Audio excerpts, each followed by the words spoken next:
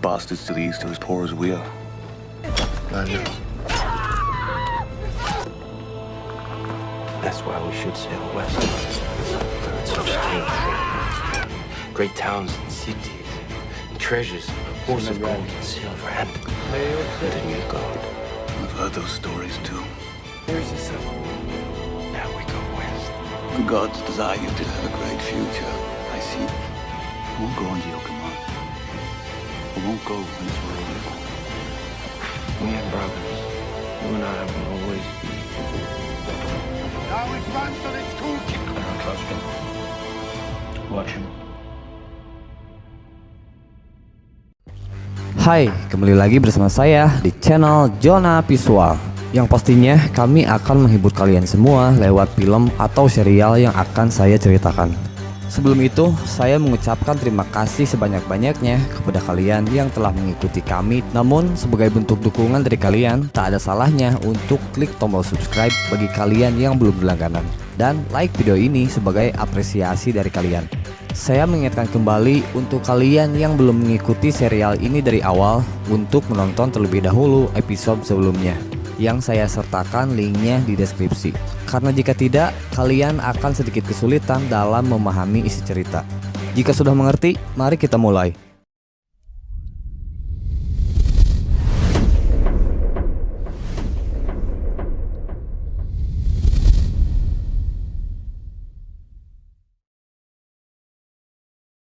Di akhir episode sebelumnya, kita diperlihatkan Ragnar, Rollo, dan Floki yang kini sudah bersiap untuk pergi berlayar ke wilayah barat. Namun untuk memuluskan rencana mereka, ketiga orang ini membutuhkan beberapa awak kapal untuk melakukan perjalanan tersebut.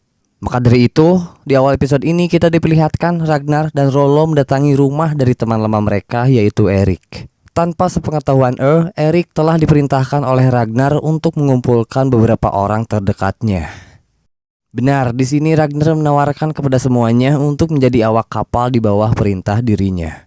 Pada awalnya, mereka menertawakan gagasan Ragnar tentang tanah yang ada di wilayah barat. Karena kembali lagi, mereka belum mempercayai adanya kota-kota bergelimang harta di wilayah barat dan mereka belum yakin untuk bisa mengarungi lautan lepas. Ragnar mencoba meyakinkan mereka dengan mengatakan bahwa di seberang lautan lepas terdapat sebuah tempat yang bernama Inggris. Dan ia berjanji akan menyamaratakan pembagian harta rampasan perang. Namun seseorang dari mereka yang bernama Knut mengatakan bahwa hal itu akan sia-sia jika di sana tidak ada harta sedikit pun. Stories. Just stories. What is your name?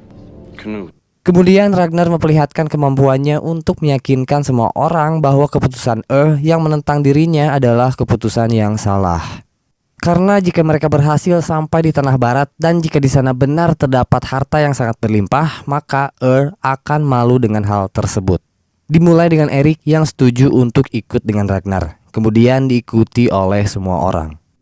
Have you got the balls to join us? I know. I will go. I'll go.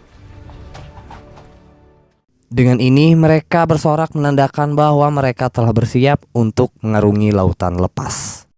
Di pihak yang berlainan, mendapatkan laporan dari salah satu pengawalnya yang bernama Olafur mengenai Ragnar yang telah melakukan pertemuan rahasia dengan beberapa orang di rumah Erik. Well, in the house of Erik Martin.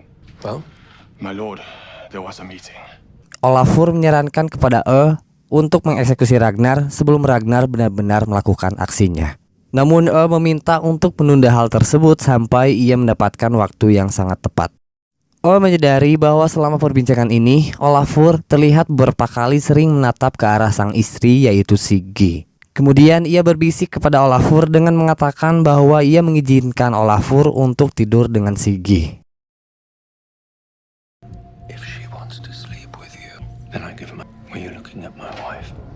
Sementara itu, Lagertha marah kepada Ragnar karena ia tidak diizinkan oleh suaminya untuk ikut berlayar. Karena Ragnar beralasan bahwa Lagertha harus menjaga rumah serta anak-anak. Namun Lagertha tetap bersikeras untuk ikut dan ia menyerang sang suami dengan perisai yang ia miliki.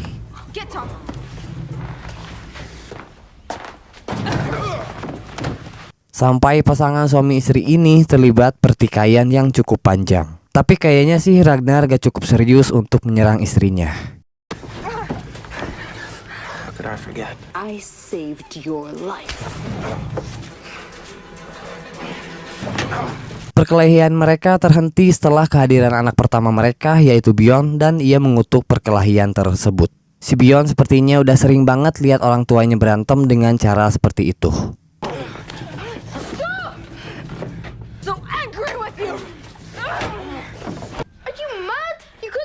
Di tempat yang berbeda, impian Olafur untuk meniduri Siggy akhirnya dikabulkan oleh Tanpa berpikir panjang, ia segera membuka pakaiannya dan berlari ke arah Siggy yang telah menunggunya di tempat tidur.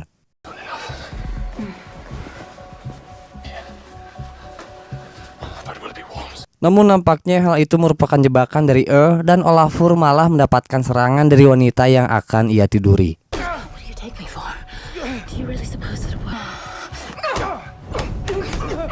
Kemudian masuk ke dalam ruangan dan mengatakan kepada Olafur bahwa sekarang ia mengetahui siapa saja orang yang bisa dipercayai oleh dirinya. Lalu Olafur dibawa keluar dan di sana ia langsung dieksekusi.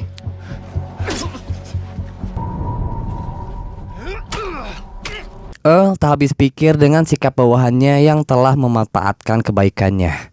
Dan ia sedikit mengeluarkan kata-kata bijak yang berkata bahwa kehormatan seorang pria dapat dilihat dari bagaimana cara pria tersebut mendapatkan kematian.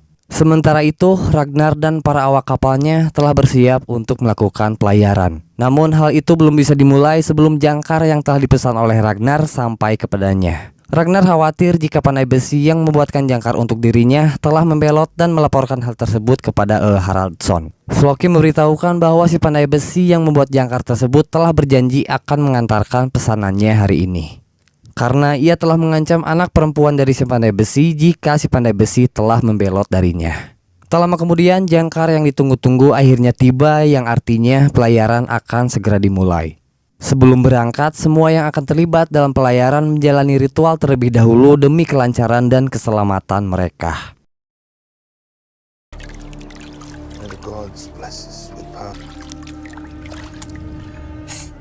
Setelah itu, Rollo yang dari tadi menatap anak dari si pandai besi, ia sempat-sempatnya melakukan hal tak senonoh kepada wanita tersebut.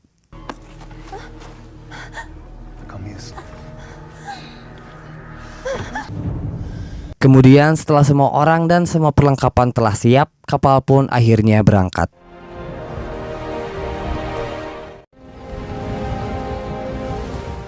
Sementara itu, Knut, orang yang telah berjanji akan ikut belayar, ia malah membelot dan melaporkan hal tersebut kepada Haraldsson. They have set sail. Good. Di sini menunjukkan bahwa ia senang dengan kepergian Ragnar beserta pasukannya, karena ia yakin mereka tak akan pernah kembali. Walaupun dari dalam hatinya ia khawatir jika Ragnar berhasil sampai dengan membawa hasil jarahannya. Kembali ke Ragnar dan para awak kapal, di sana Ragnar mulai mengeluarkan alat yang akan menjadi acuan kemana arah yang harus mereka lalui. Nampaknya mereka tidak mendapatkan kesulitan dalam hal tersebut. The board works. Not too far south. Hari demi hari telah dilalui oleh Ragnar beserta awak kapalnya. Perjalanan mereka tak mudah karena di tengah perjalanan cuaca ekstrim menimpa perahu yang ditumpangi oleh mereka. Sehingga hal itu membuat mereka terpaksa menurunkan layar dan mendayung dengan tangan mereka sendiri. Tetapi di sini kita diperlihatkan bahwa mereka sangat kompak dan tahan dalam segala keadaan. Scene berpindah memperlihatkan sebuah biara yang bernama Lindisfarne di salah satu tempat di wilayah kerajaan Northumbria, Inggris. Di sana diperlihatkan sekelompok pendeta yang sedang khawatir dengan cuaca buruk yang menimpa tempat tersebut. Ketakutan mereka semakin menjadi-jadi setelah mereka melihat awan yang menyerupai haluan kapal Viking. Karena pada dasarnya hal itu tertulis dalam kitab yang mereka percayai bahwa sesuatu yang buruk akan menimpa mereka. Kemudian salah satu pendeta yang bernama Ethelstan melaporkan hal tersebut kepada pemimpinnya. Si bapak ini nampaknya tidak ingin mendengarkan ocehan Ethelstan, dan ia memerintahkan Ethelstan kembali ke asrama untuk berdoa kepada Tuhan. Jauh di seberang sana, pandai besi yang membuatkan jangkar untuk Ragnar kedatangan beserta para pengawalnya. bermaksud mencari kebenaran terkait jangkar yang dibuat oleh pandai besi tersebut. Pada awalnya si pandai besi tidak mengakui dirinya yang telah membuatkan jangkar untuk Ragnar. Namun setelah anak perempuannya diancam, ia mengakui dan tak lama kemudian dirinya dieksekusi. I see my own death. Sementara itu Ragnar kembali mendapatkan cobaan dengan tertutupnya matahari oleh kabut. Hal itu menyebabkan mereka kesulitan untuk melihat keadaan di sekitar. Salah satu awak kapal mulai sedikit goyah dengan keadaan karena sampai saat ini mereka belum menemukan daratan yang telah dijanjikan oleh Ragnar. Pria itu kehilangan akal sehatnya dan mulai menuduh Ragnar telah berbohong kepada semuanya. Perkataan pria itu semakin menjadi-jadi sampai Ragnar terpaksa untuk membunuh pria tersebut. Lalu untuk memastikan apakah di sekitar tempat tersebut terdapat sebuah daratan, Ragnar memerintahkan Rollo untuk melepaskan burung gagak yang mereka bawa. Jika burung gagak tak kunjung kembali kepada mereka, maka dapat dipastikan bahwa di sekitar tempat itu terdapat sebuah daratan. Namun sebaliknya, tak lama kemudian burung gagak yang mereka lepas malah kembali kepada mereka. Tentunya Ragnar hanya tertegun menyadari bahwa tanah barat yang ia impi-impikan tidak pernah ada. Lalu kesedihan Ragnar terobati setelah salah seorang awak kapal berteriak mengatakan kehadiran burung camar, yang menandakan tak jauh dari situ terdapat sebuah pulau ataupun daratan. Sontak hal ini membuat semua orang berteriak kegirangan menandakan keberhasilan mereka.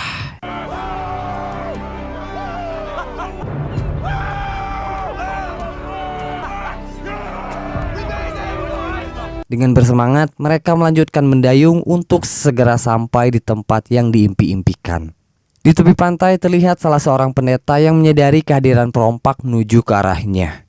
Kemudian ia melaporkan hal tersebut kepada kelompoknya dan sesegera semua orang yang ada di biara itu pergi untuk bersembunyi. Ragnar dan para awak kapal telah menepi dan mereka bersiap untuk masuk mencari apa yang mereka inginkan. No one throw their lives away unnecessarily. Tanpa ada hambatan yang pasti, mereka berhasil masuk ke biara itu dan mulai menyadari kehadiran penghuni di tempat tersebut. Benar saja mereka menemukan para pendeta yang berkumpul di tempat persembunyian. Tanpa ada perbincangan sedikit pun, kelompok Ragnar membabi buta semua orang dengan sangat kejam.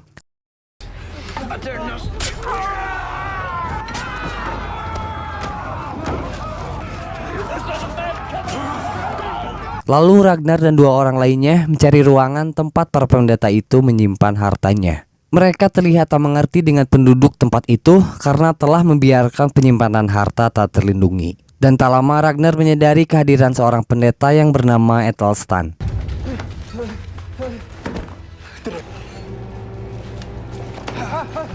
Di sini Ragnar heran dengan Ethelstan karena dari semua harta yang ada di sana, pendeta tersebut hanya melindungi sebuah buku yang dipeluk oleh dirinya. Bukan hanya itu, Ethelstan mampu berbicara menggunakan bahasa yang sama dengan Ragnar. Ethelstan memberitahu bahwa di dalam buku tersebut terdapat kalimat-kalimat Tuhan yang dapat menuntun dirinya ke jalan kebaikan. Tak lama kemudian Rollo masuk dan memberitahu ia tidak menemukan satupun wanita di pulau tersebut. We have been everywhere and we have found no women. Lalu ia melihat Ethelstan dan mencoba untuk membunuhnya. Namun Ragnar melarangnya dan mengatakan bahwa Ethelstan lebih baik dibiarkan hidup untuk dijadikan seorang budak. Dua orang adik kakak ini nampaknya tak sepaham mengenai hal itu. Pada akhirnya Rollo mengalah walaupun ia sedikit kesal kepada Ragnar. Does it really mean that much to you, brother? This is what we care for your God. Di tempat yang berbeda, Floki bertugas untuk membakar tempat tersebut. Di akhir, pasukan Ragnar kembali ke kapal dengan membawa hasil jarahannya serta membawa beberapa pendeta untuk dijadikan budak. Singkat cerita, mereka mulai berlayar untuk kembali ke Kattegat. Bagaimanakah reaksi El Haraldsson melihat keberhasilan Ragnar beserta pasukannya? Cukup untuk episode ini dan tunggu kami di episode selanjutnya. Terima kasih telah menonton video ini sampai selesai. Assalamualaikum warahmatullahi wabarakatuh.